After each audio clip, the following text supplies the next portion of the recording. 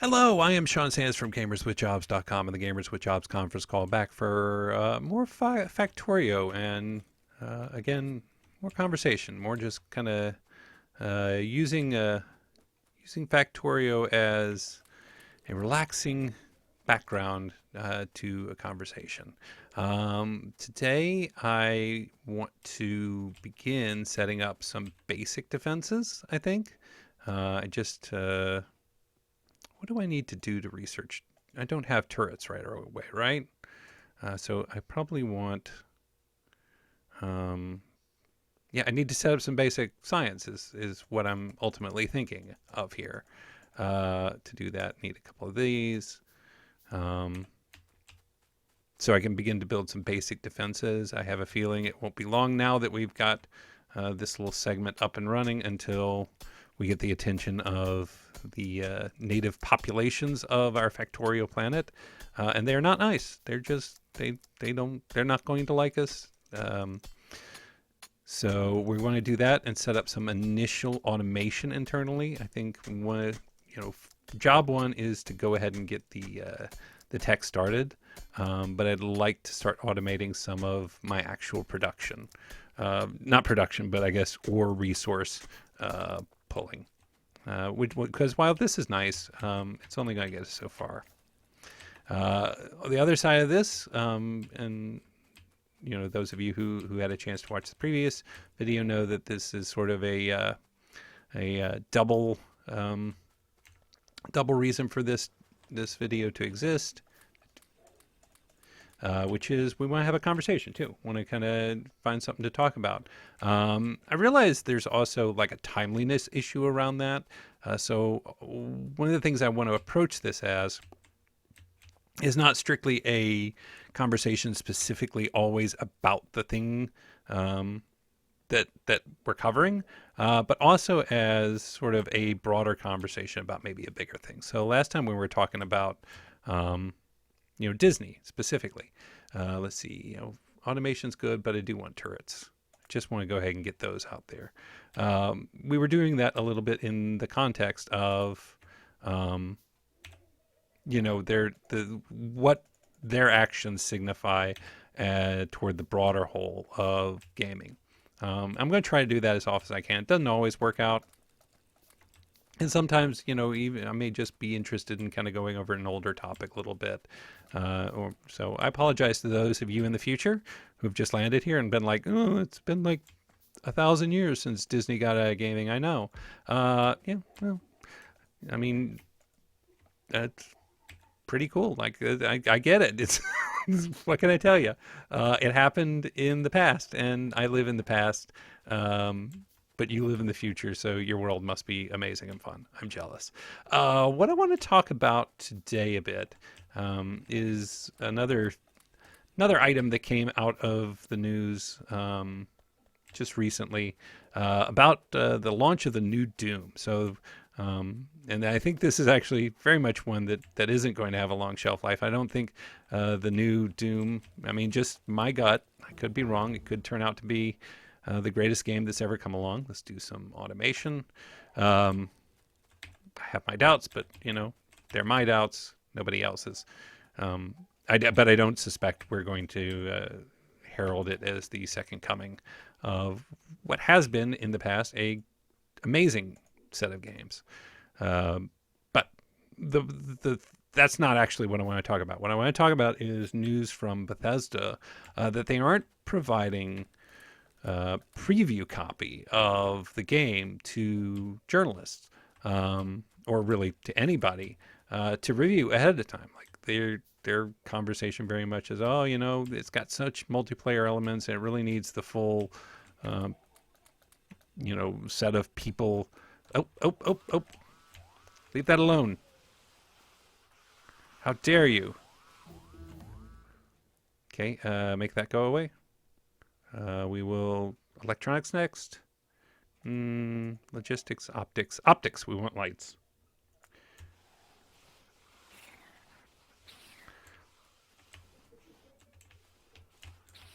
There we go. Did we lose a thing? Yeah, I think we did. It's okay. We'll fix that. Yeah, we definitely. Oh, good grief! More? Did I hear more? I thought I heard more. Maybe not. So we definitely need to get those turrets up and running uh, pretty soon. We will just. I think the controls of this game are still a little off. They just. I mean, they're not bad. Don't get me wrong. I'm not sitting. I'm far from complaining. But it does feel a little hard to control from time to time. We'll do another turret, and then we'll make some more science. I want to kind of put up a turret maybe over here. And we'll take half of our, yeah, put that right in there. And then obviously I want something up here to help protect. Not sure where they came in from, but they seem to dial right in up here. So we will build another turret like right out here somewhere. Maybe another one down here kind of near our power. Just so we aren't about to die. Did we build? Make more of that. Make more of those. We'll have to put something up there in a second. So the news from Bethesda was that they weren't providing journalists or anybody advanced copies of Doom. That the experience was too steeped in having lots of other people to play with, and that doing so wouldn't be a fair evaluation of the game. I mean, I'm gonna just breeze right past the position that that's complete baloney, that it's just nonsensical, and sort of take that as assumption. Well, I don't know. Maybe I will. Maybe I won't. But let's start from there. Let's assume that it's just not true. And I think there's, a long history of, game reviewers, game journalists acting in a way, recognizing that a multiplayer component of a game is, if you, just because you don't have a full set of servers up yet with thousands and thousands of people playing, doesn't mean we can't evaluate whether a game has is quality, right? Whether it's going to work out well, whether it seems like it's smartly made and moves the genre forward. What bothers me to some degree is, I think the idea that if I were in Bethesda's shoes, I'm not actually sure I would do anything different than what they're doing, right? There's no, I mean, from the just sort of pure ethical argument of, boy, that's kind of a crappy way to try and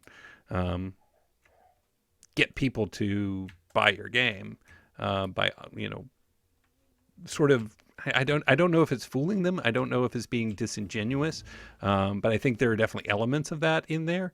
I agree with that. But from their business perspective, given the outcry that surrounded their open beta, and given the fact that how much money they likely put into this, and this goes, I think, directly to the conversation we were having last time about what is the health, what is the state of the games industry. Why would they? Why would they open themselves up to what seems likely at this point? And I haven't played it, so I can't speak to it for sure. Nope, that's not what I wanted to do. I wanted to heal that up. But what seems very likely to be generally negative reviews. I guess I'll be really surprised if we get to what is this Friday's launch date. The game comes out and reviewers are like, "Oh, I'm surprised. This is super cool. Well done." That doesn't seem like the outcome I'm expecting. It just doesn't. Let's go ahead and start building some production facilities. We'll start with iron 1, 2, 3, and we'll set up a couple of kind of an initial iron smelting center here, right up here. It won't be our main one, but just so we have enough to kind of build up some basic production, maybe build up some basic science, and get our footing. Like I say, we'll actually then begin to think about how we're going to bus everything down here into what will be, I think, the main factory floor, so to speak, which will extend this way. So that's what I'm working on here, by the way. How are we doing on power? Good grief, we have 10 of these. What am I talking about? We're great on power. It's not even worth asking. Yeah, but if I were in Bethesda's shoes, would I do anything differently? If my pure metric of success is protecting the company's investment, like it's hard to make the case that Bethesda is doing the wrong thing for themselves here. They're definitely doing the wrong thing for buyers. And what's the downside? I guess the downside, of course, is they're going to get really bad press. Like the press, they do get to have a piece of this conversation, and they're going to take Bethesda to task for what is clearly sort of a disingenuous move. But honestly, how many people, like the speaking as a former, I don't know if it's member of the press, and certainly somebody who's got lots of people who I'm friends with who are continue to be members of the press, the games press. Like there's just a credibility issue there. They've lost a lot of faith and trust, whether justified or not,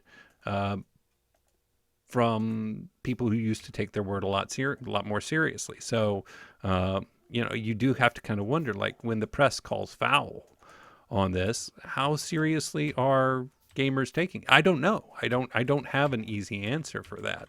I think they should take it seriously. I think it's a completely legitimate thing to say, look, they aren't providing this for a reason. Like what possible, okay. The answer to what possible reason is take them at face value and say, yep, they believe that the key to good evaluation of this game is, seeing it post-release. Yeah, I just flat out don't believe that. I don't buy it. And I don't agree with it. I don't, even a major multiplayer game like this, and it's not only multiplayer, by the way, can be evaluated reasonably by, if you give it to a bunch of outlets, certainly have them be able to play in their own servers, but even if you just provided the single player, like I know most places, a lot of places, an increasing number of places did we shoot some things? Looks like we shot some things.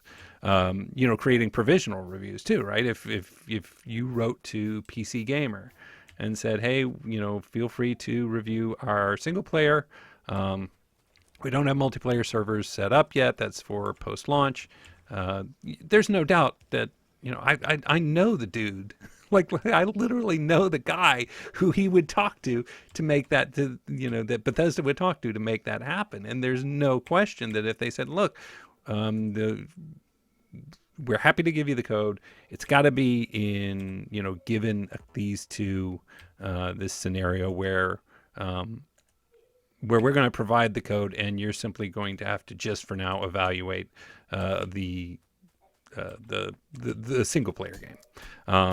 They wouldn't love it. No, of course not. And I think they could make a good argument that there are other options. But, it's kind of the point is Bethesda's holding the cards, right? They're holding the code. They can come out and say, look, this is what you're getting, reviewer, don't. There's no doubt that Polygon and PC Gamer and PC Games In and IGN, they're going to go, they grumble, but ultimately they would review that and provide feedback on it. And provide... because ultimately, what is lost here is part of it is absolutely, something that the review outlets are losing in the process. But ultimately, it's something that the game buying public is losing in the process too, because the reality is that people make, a buying decision pretty quickly. Um, and if that review is not available on day one, let's face it, the likelihood is that a lot of people who are interested in the game and do not have access to a review will still choose to buy the game. This is dumb, by the way, but it's temporary, so don't worry about it. That's not what it's going to look like in the long run, because I don't have any coal feeding down there. So, I mean, I guess I can't help but feel certain, 100%, all the way certain, that the motivation here is purely one of Bethesda saying to itself, we stand to lose much by providing the game in advance to reviewers, which is also has an assumption to it that they kind of know it's not going to be good, right? There's the assumption in that, that, like I said from the start, that the reason to do this is because they are assuming it's not going to be a good game. That may or may not actually be true, but I mean, for the discussion and sort of the way that they're going about this entire process, I'm operating from that assumption. Fair, unfair, it's just where I'm at. Let's go ahead and build a couple more mining drills. But I think that the gaming public isn't as quick to be on the side of gaming journalists when they say, hey, look, you're getting a bad deal here. You're getting a raw deal. And you should be wary of that. You should be suspicious of that. I don't think that a lot of people out there, and you can make the argument that the games journalists have brought that on themselves. You can make the argument that it just speaks to the changes that have happened over the years. You can make a lot of arguments about why that problem exists, but I think the fact that the problem exists is sort of indisputable at this point. So you have Bethesda here on the sideline saying, look, nobody's going to get in our case if we do this. I mean, some people will, and some people did. And, but honestly, the people who are likely to get in the case, like if they're creating this game for the 10 million people who are aware of the brand Doom and don't read reviews unless they're kind of brought up, if that's where they are going to live and die, and make their money, then why do it? Why have reviews come out? Why, if you kind of know that you're sitting on something that's already been a little contentious, that already has sort of a negative, not connotation, but just sort of negative perception associated with it, why do it to yourself? Why put yourself in that position where you hand it to reviewers and they say exactly what you thought they were going to say? They hate it. They give it bad reviews. It goes up on Metacritic, and all these people who otherwise might have made the decision to just try it without a review, but somehow wandered across a review in advance of making that purchasing decision and then walked away from it. Why give them that opportunity? Has to be the way that they look at it. So I think it's disappointing. I think it speaks to a couple of issues, not the least of which being the way that the gaming public now sort of perceives and interacts with the gaming press, which has been, I mean, that's a long-standing issue, and I'm not going to dive too deep into that question, except to say that that it used to be, the way I remember it used to be that it was kind of the gaming press and the gamers on the side of, hey, go make us cool games. That's all we're asking for, is just make stuff that that you put a lot of time and effort into, that's not super buggy, and kind of against the perceived degradation of the industry, right? It used to be games journalists and gamers kind of on the same side. And that doesn't feel that true to me anymore. And it begins to bring into question for, a smart publisher who's got a ton of money invested in this. Well, if that's not the case, and the gaming press only stands to hurt us, because the other side of that sort of makes the assumption, I think there's also a part of this that makes the extended assumption in the same vein that that getting good press also doesn't provide really good value. Like there's no the risk is much greater than the reward. You get a ton of great reviews, you're probably going to get basically the same number of sales that you would have anyway. You get poor reviews, you've only killed your sales. All you've done is do that damage. Let's see, what do I want to do here? What I want to do is feed science into here. So I need a lot more transport belt. Why don't I just keep clicking? I like to click. Leave me alone. Let me click. And to do that, we're going to need a factory or two that can build us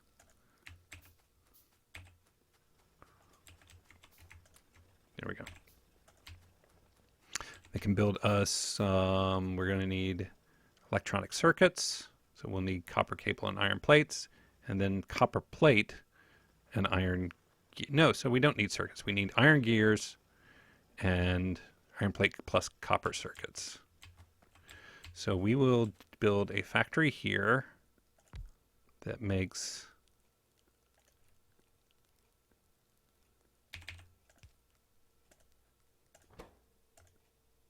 iron gears,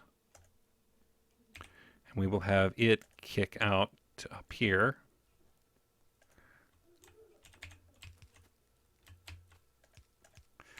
I realize this is super gross right now and ugly. Just don't worry about it. I'm going to obliterate all this soon enough. And we also need so let's power that on, just see how it goes. We want to, maybe we'll tear this little bit here down, just so we can kind of have one that is managing that whole thing.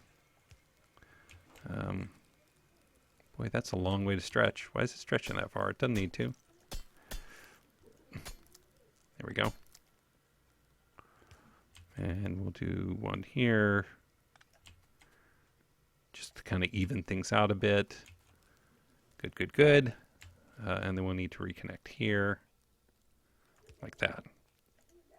And then we will have, what is it? Copper plate and iron gears. It's just copper plate. What was that? Why was I thinking? Because this needs copper wire. So we'll bring the copper plate down here from a long way away.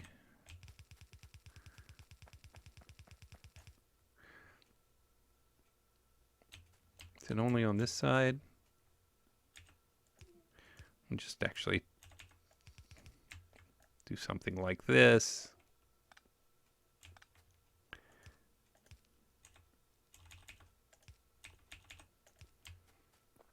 There we go. Right? That's it, right? Iron gear, copper plate. And then we'll bring those over here.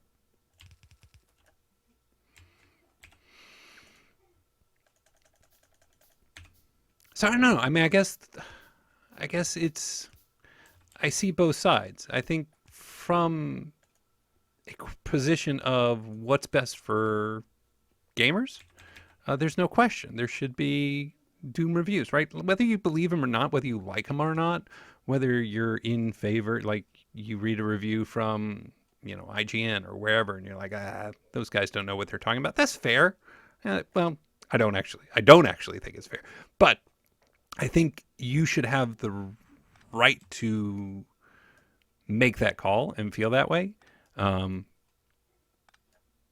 that should be informed by having a review to disagree with, to agree with, or disagree with, right? You are losing something by not having access to an opinion. Every time. That without that opinion, oh, what am I doing? Okay, I did that dumb. Right, what I wanted to do was actually build a factory to do this stuff. It's hard to talk and do this at the same time. I have so much respect for like really good streamers and YouTubers because do not kid yourself. It's not super. It's just not super easy. It is. There's a definite skill to it. One that I am still far from being particularly great at, which is, nope. I was right the first time. Like those guys, the ones who are doing it really well, yeah, all credit to them. Go get some more of this. Anyway, in the end, I think it's a mistake. I think it's bad. Let me correct that. I don't think it's a mistake. I think it's bad. I think Bethesda's doing exactly the thing they probably need to do to protect their investment. Why? Okay, because you need to know what to build. And you're building it. Great. And then we do need these over here. Like Bethesda's doing the right thing for their business. They're doing a terrible thing for gamers, but they're doing a right thing for their business. And ultimately, like if you want Skyrim, if you want the next Skyrim, this is how you get it, by Bethesda making some decisions now that may not be super popular, but that keep it a profitable company. If you want the next, Fallout, if you want those things, then you can't have Bethesda losing millions and millions and millions and millions of dollars because a bunch of what they would likely perhaps perceive as a bunch of reviewers just trashing their game. It's a crappy deal, and I think ultimately the gamers out there get the short end of that deal. But I can kind of see where Bethesda's coming from their decision. I'm interested in what you think. I'm just curious, like, how often are you influenced by reviews? Is Bethesda's bet here kind of a good one in that in the absence of review, particularly if you don't know that it's sort of absent for questionable reasons, do you just go for it? Are you the kind of person who's just like, well, didn't have a review, but I'm really interested in Doom, so how bad could it be? Or do you tend to be more of a, will Bethesda's decision to kind of try and influence and play the game in this way be part of your decision-making process and whether you're buying this game, even, whether you were or weren't initially. That's going to do it for this episode. A little bit of a wandery topic. I don't know that, sometimes this will just be a situation of me talking things out. I don't claim to have all the answers. Nobody who says they have all the answers ever does. But, I just, in some ways, talking it out helps me figure out where my position is on it.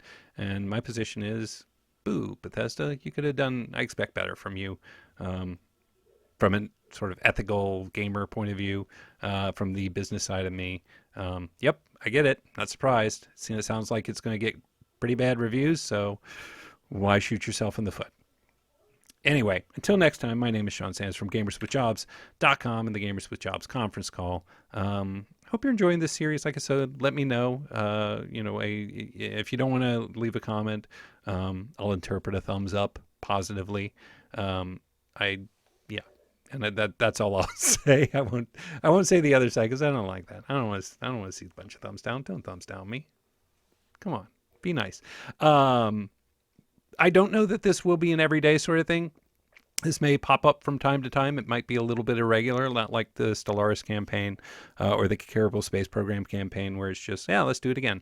Kind of have this in my back pocket when I've got something I want to talk about, but I'll try and keep it pretty regular.